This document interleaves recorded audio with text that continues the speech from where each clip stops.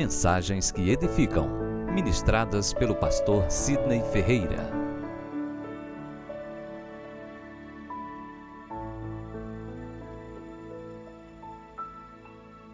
Vamos abrir a Bíblia, a epístola do apóstolo Paulo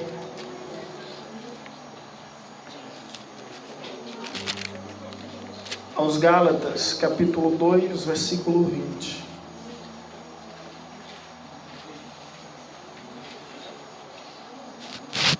E aquele que encontrou, diga amém.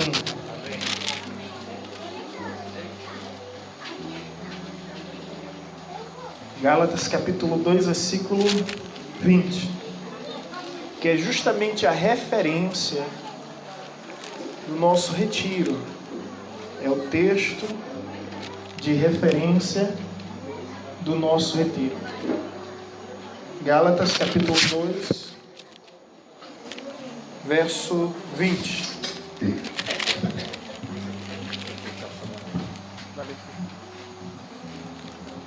Vamos nos colocar em pé? Aqueles que encontraram, por gentileza.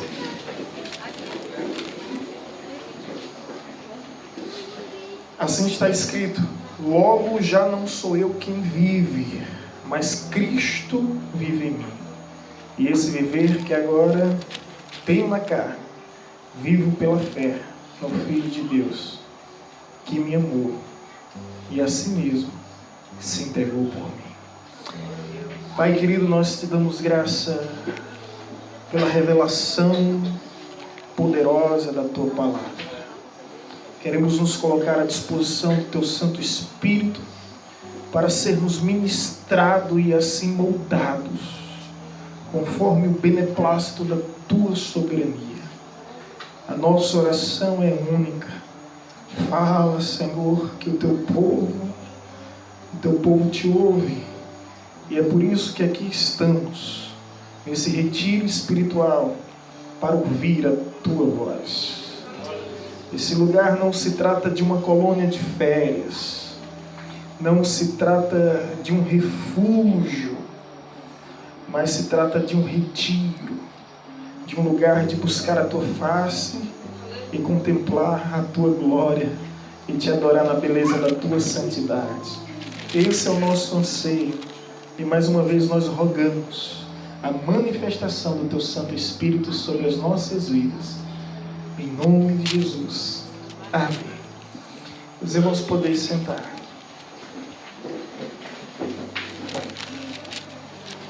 Cristo vive em mim. Você pode declarar isso? Cristo vive em mim. E é uma declaração como um brado de vitória. Essa conquista realizada no Calvário nos traz essa segurança, nos traz essa confiança, nos traz essa identificação. Cristo vive em mim. E a temática para esse retiro foi formidável. Cristo em mim.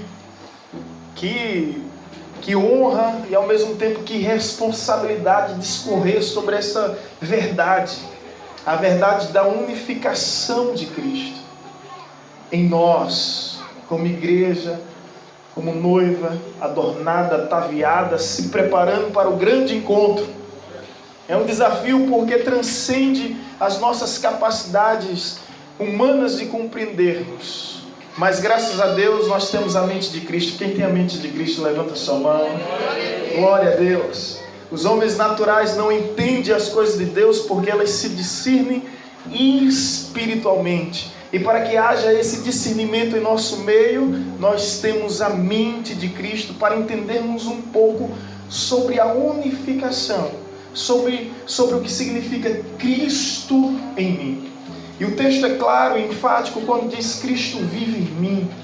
Se refere à vida, se refere a reino, se refere a domínio. E essa convicção que o apóstolo Paulo tem, o impulsiona a declarar com extrema veemência: não vivo mais eu, não existo mais para mim mesmo em si mesmo, mas vivo para a glória de Deus, para aquele que por mim morreu e ressuscitou. Cristo em mim. Eu quero te convidar, querida, a vislumbrar essa verdade, essa realidade e se encontrar em Deus, reconhecendo sua identidade, a sua missão e o seu poder através da unificação do divino em sua vida. Isso é um privilégio imenso. E é um privilégio que chega até de alguma forma contrariar, por se tratar de algo humanamente falando paradoxal. Porque segundo uma das principais leis da física, que é o princípio da impenetrabilidade, desenvolvida pela mente brilhante de Isaac Newton, ele diz que não é possível dois corpos ocupar o mesmo espaço ao mesmo tempo.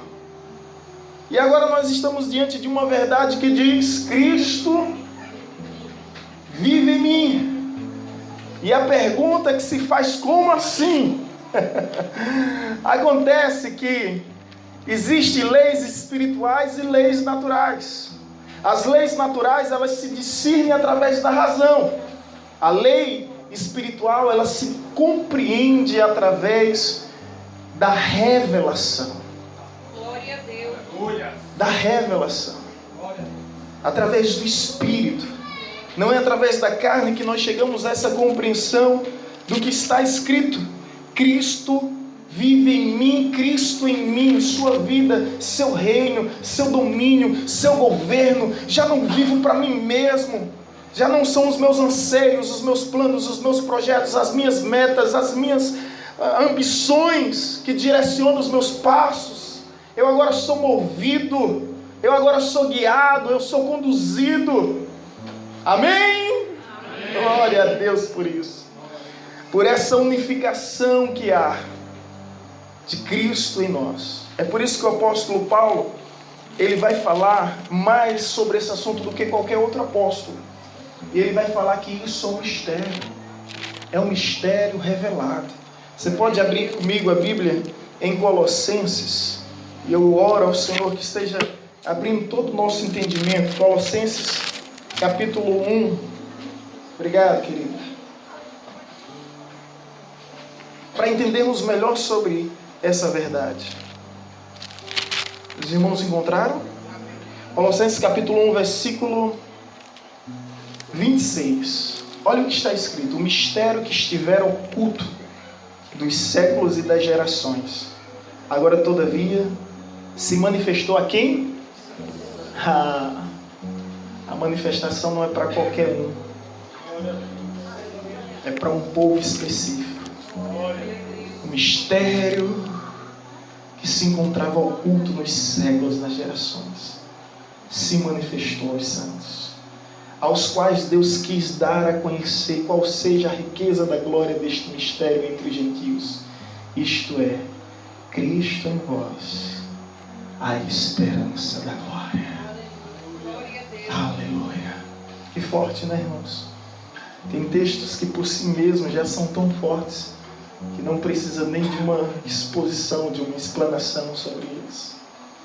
Cristo em nós, a esperança da glória. O apóstolo Paulo trata desse assunto da unificação, Cristo em mim, como um mistério. Agora é um mistério revelado. Aquilo que os antigos não tinham a mínima noção de assimilar, de compreender, de conceber, foi revelado a mim e a você. E eu não sei quanto a ti, mas eu me sinto muito honrado, privilegiado por fazer parte dessa era, desse século, dessa geração. De compreender que Deus não somente nos acompanha, não somente nos visita. Como diz o pastor Thomas William Fodder, um canadense que vai estar esse mês conosco. Uma vez ele ministrando, ele fala um pouco gringo, ele disse: olha, Jesus não está ao seu lado. Não, ele não está ao seu lado porque ele não está tão longe assim. Ele está dentro de você. Ele falava isso, a gente sabe, vibrava. Ele não está tão longe para estar ao nosso lado, ele habita dentro da gente. Glória a Deus. E o apóstolo Paulo fala isso como um mistério, porque ele é o criador do cosmos, do universo, do espaço sideral. Ele é criador de tudo que há, de tudo que existe. E ele poderia escolher para si mesmo um lugar específico e se apropriar deste lugar. Todavia, olha bem para mim, o mistério se concretiza no fato de que Deus não habita em basílicas, não habita em catedrais, não habita em templos suntuosos. E ao longo da história, os homens quiseram, de alguma forma, aprisionar Deus em tendas, em tabernáculos, em sinagogas e tantas outras formas de existência, de lugares de adoração, que chamamos de santuário. Deus poderia habitar em qualquer um desses lugares, mas o incrível, o surpreendente é quando Ele escolhe a mim. É quando Ele escolhe a você. Você já parou para pensar um pouco sobre isso? Você já parou para pensar? Eu pergunto a você, se você pudesse escolher um lugar para morar, onde você escolheria?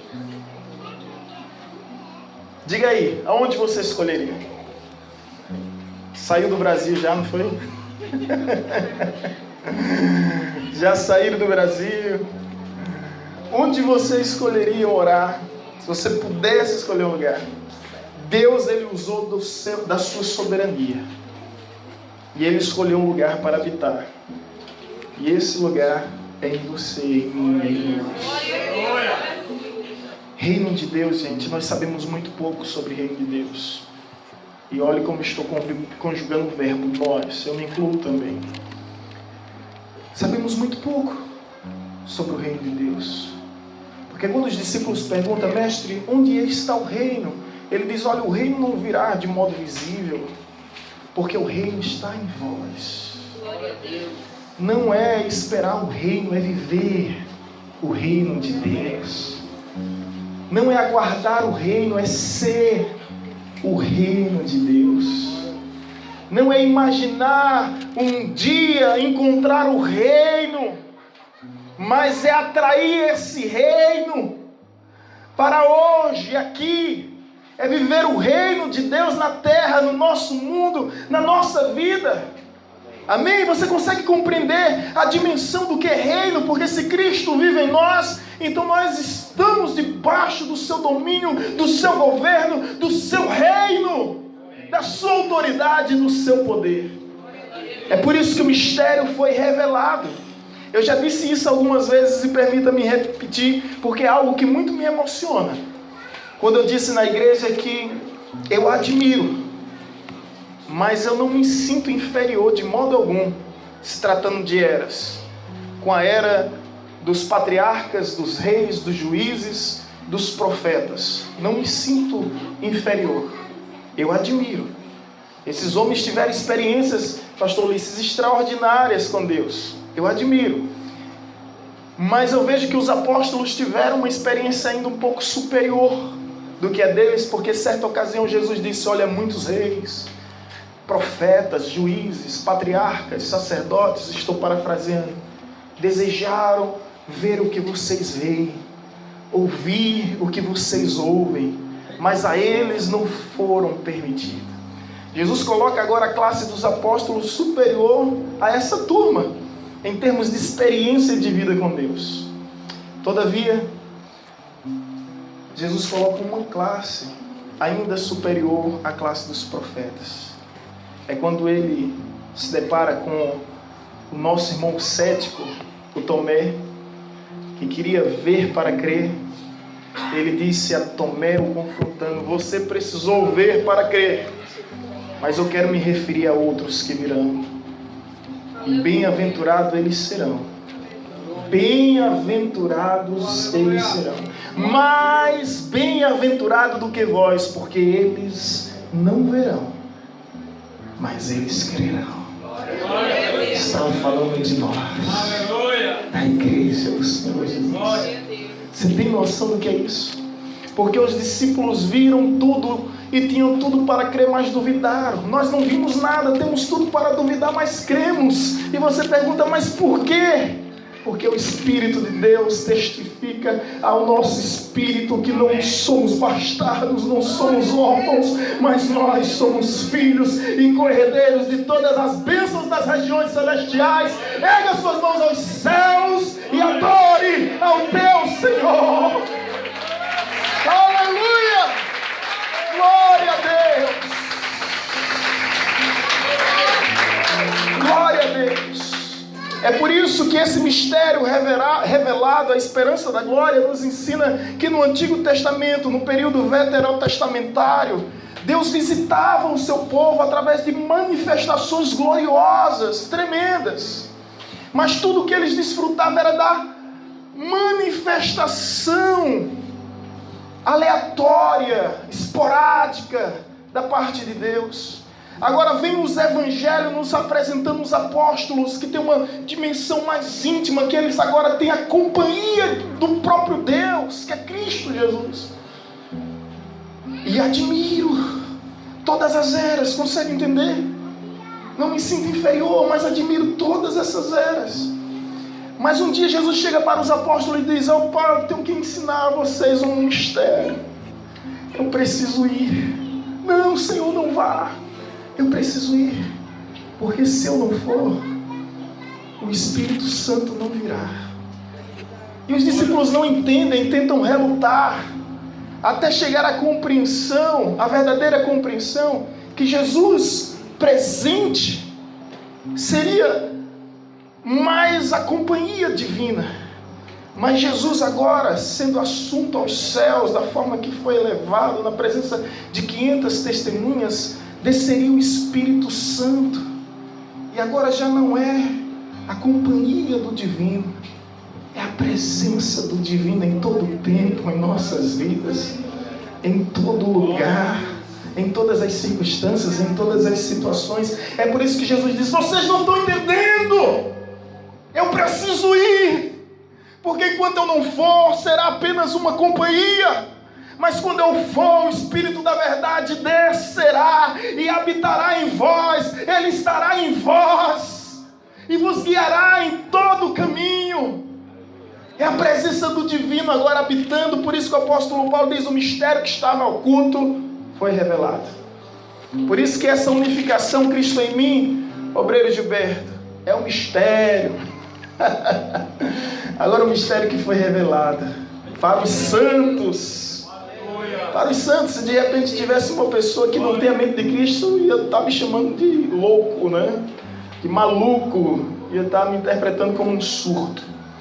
Mas além desse mistério, gente, existe uma outra verdade a partilhar com vocês, que essa unificação é um mistério, mas também é uma habitação.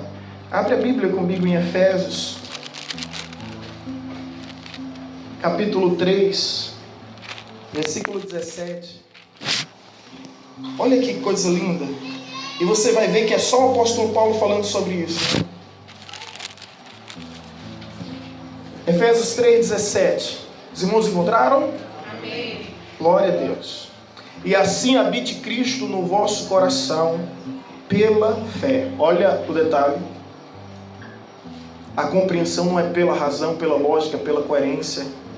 E assim habite Cristo no vosso coração pela fé, estando vós arraigados e alicerçados em amor. A outra verdade sobre essa unificação do mistério agora é da habitação.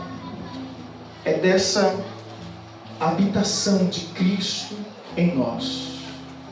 É aquilo que eu tentei falar um pouco mais cedo, sobre o fato de sermos templo do Espírito. E aqui fala sobre o fato de sermos os anfitriões e Ele, o nosso hóspede.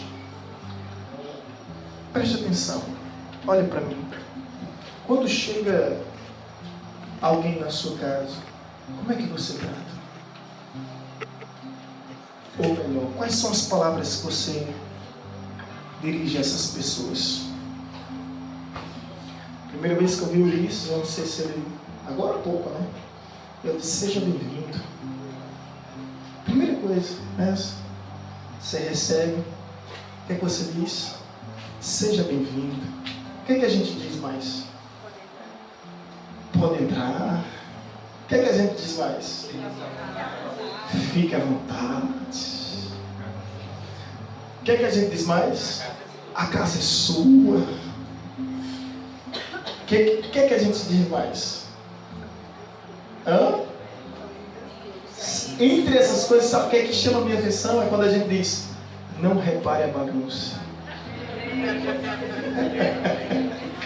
Seja bem-vindo, pode entrar, fique à vontade, a casa é sua. Mas o que mais chama a minha atenção é quando a gente diz: não repare a bagunça. Que a nossa vida é uma bagunça, gente. Está tudo fora de ordem.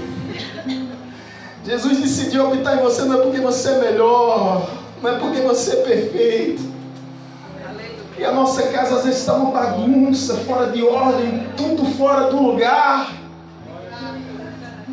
E a gente diz: olha, Senhor, seja bem-vindo. A casa é sua, fique à vontade. Mas não repare a bagunça.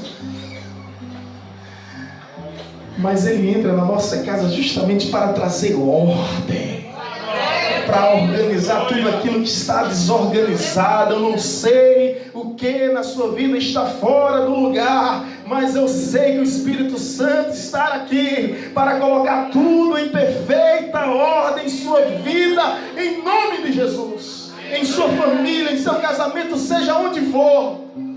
Ele é um Deus de ordem.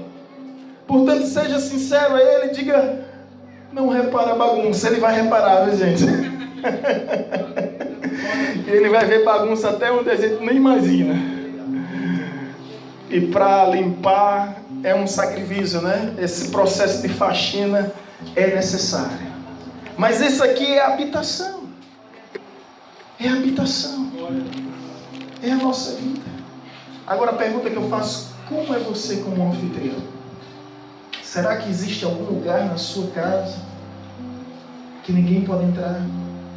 Será que existe um aposento? De repente você chama Jesus para a sala de estar, chama Jesus para a cozinha, chama Jesus para o terraço.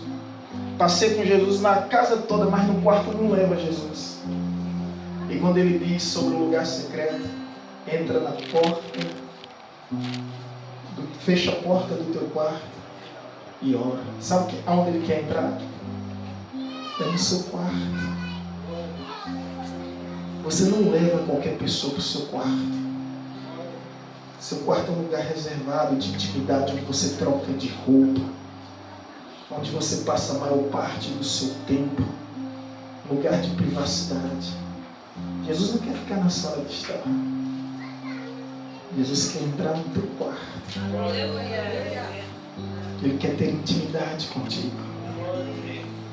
Essa é a habitação. Se você desejar hoje realmente viver essa verdade de Cristo em mim, você tem que estar ciente de que não deve existir em sua vida lugares, espaços que Ele não possa alcançar o seu coração. Isso é tudo que eu mais quero. E desde que foi colocado o tema, Obreiro Gilberto, parabéns de antemão por ouvir a voz do Senhor, eu fiquei a me perguntar: como? Coisa de pregador, né, pastor Luiz?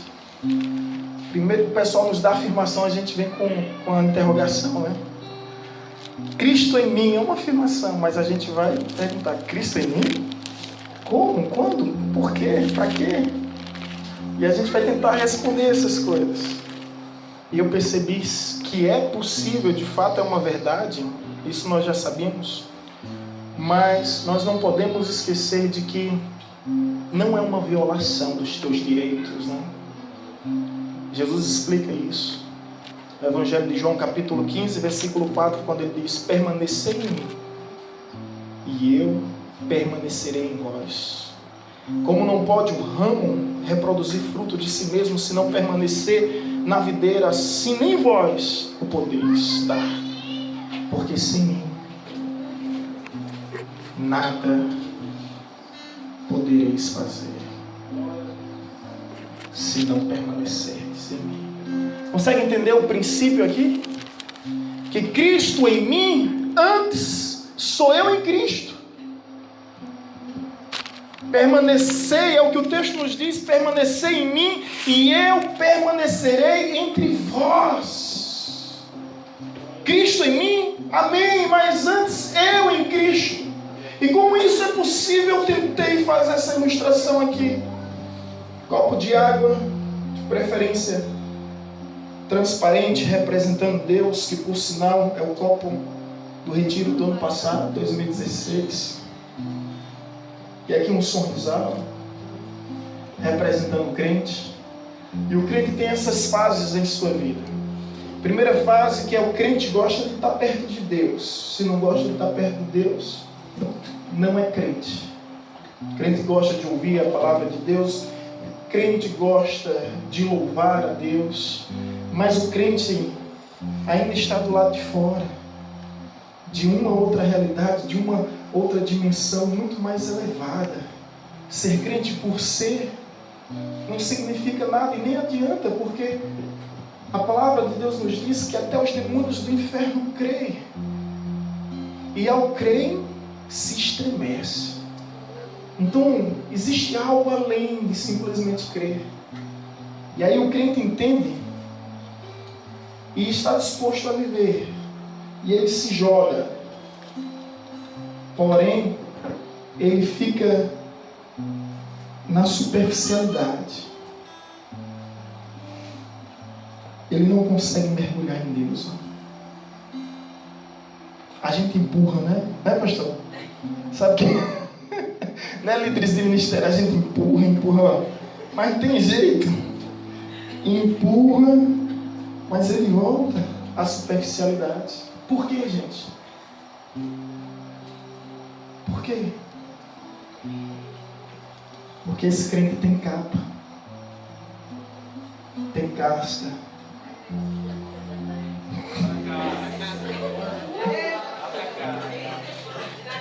Esse crente tem muitas fantasias, né? Muitas máscaras, muitas maquiagens. Ele precisa se despir, ele precisa se dispor, senão ele não vai nunca mergulhar em Deus. Você empurra, mas ele volta. Ó. Enganchou aqui. Estão assim, estão enganchados, achando que estão, mas só está enganchado. Mas não consegue receber, né? Porque está apertado. E agora, gente? Usa a caneta.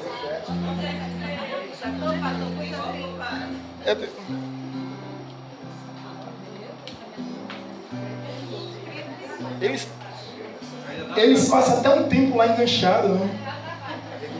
Mas agora eles têm que tirar a casca.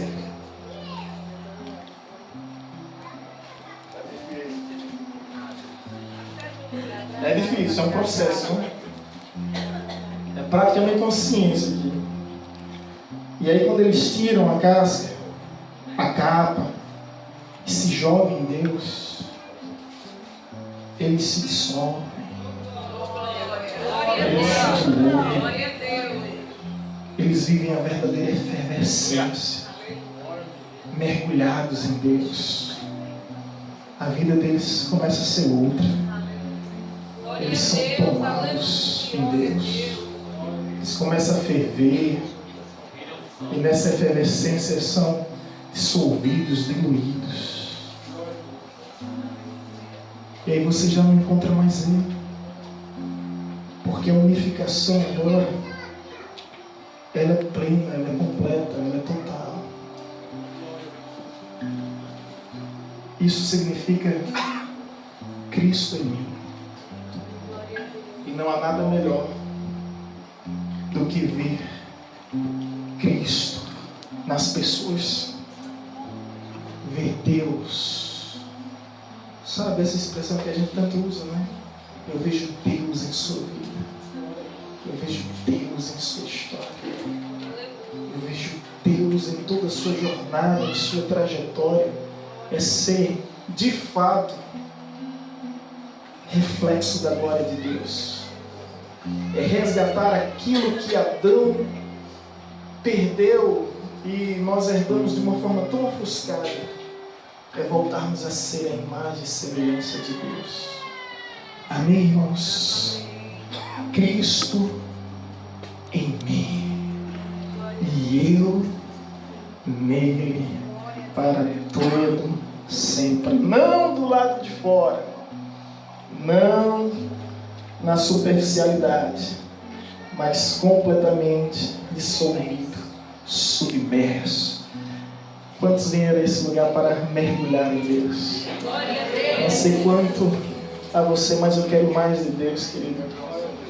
Eu quero mais, eu não quero simplesmente estar perto, eu não quero estar simplesmente na superfície, eu quero mergulhar, quero me dissolver, me diluir completamente nele, por ele, para ele, porque deles são todas as coisas. Se coloque em pé em nome de Jesus, eleve suas mãos aos altos céus e nessa hora clame por ele, na certeza do que o apóstolo Paulo disse: já não vivo mais eu, já não vivo mais eu, já não vivo mais eu, mas Cristo vive em mim, Cristo vive em mim, Cristo vive em mim, e esse viver que agora tenho, vivo para a glória de Deus, por aquele que por mim morreu, mas ressuscitou. É por ele e para ele. Cristo em mim, Cristo em mim, Cristo em mim, a razão da esperança da glória que há em nós. Cristo vivo em nós. Aleluia. Vamos louvar o nosso Deus.